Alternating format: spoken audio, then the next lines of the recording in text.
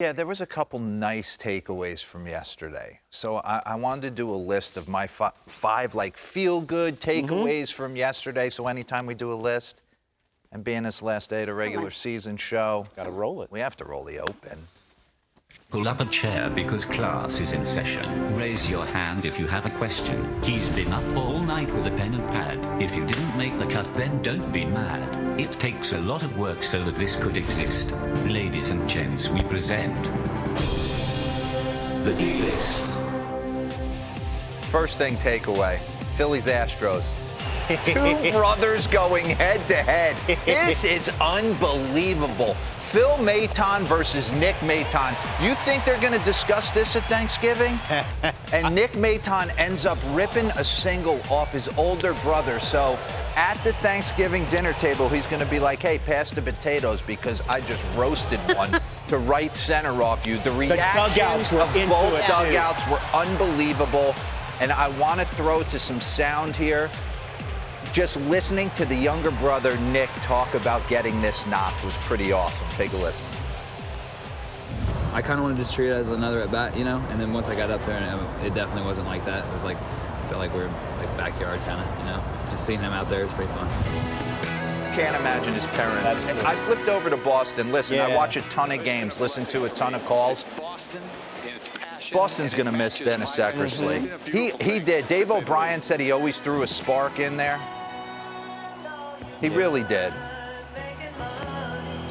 And just so knowledgeable and just a unique broadcasting style that I found very entertaining and, more importantly, informative. So congratulations to Eck. Thank you, Boston. Thank you, New England, for having me, you know. Forever in my heart. And I'll be back. But this is a special, special day, and I will never, ever forget it. Thank you, Red Sox.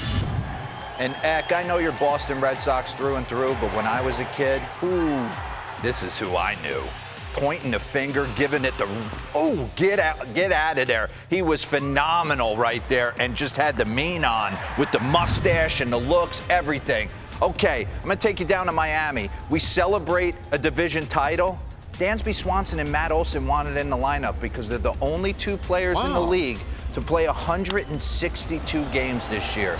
It is a lost art, and I appreciate it. Dansby, what a season, 97 ribbies, 18 bags, unbelievable. And then in Oakland, listen to it.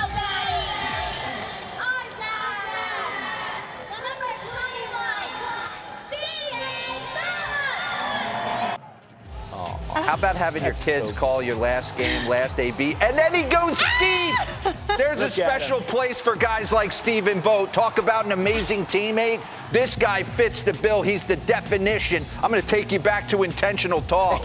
When you're with somebody for 6-7 months, you need some levity in the clubhouse, and he brought it daily. Look at him right there, hitting it.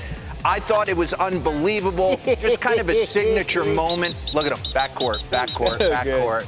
Oh, God. He needs to join us here. Yeah. He'll be managing at some point. And then in the same game, will Shohei Ohtani and Trout be in the same lineup again? Give my boy Phil Nevin some run for getting a one-year contract extension. Well deserved. Congrats. And he's got two of the games great, and they didn't disappoint. Shohei, for me, the offense was there. He turned into just a monster pitcher.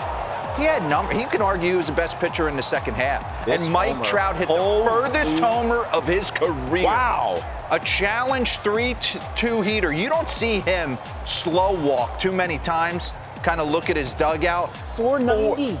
40 homers. How many games did he play in? 350th homer. He played in 120 games. He had 40. And he had 40 homers. That's unbelievable. Loved that list. Robert's crying. The Dennis Eckersley list. Yep. 119 games. I met Dennis Eckersley a couple years ago. He said, just remember, this is what you do. This is not who you are. What's most important is family. He wants to spend time with his grandkids, his family. He always meant what he said and said what he meant. Yeah. You know?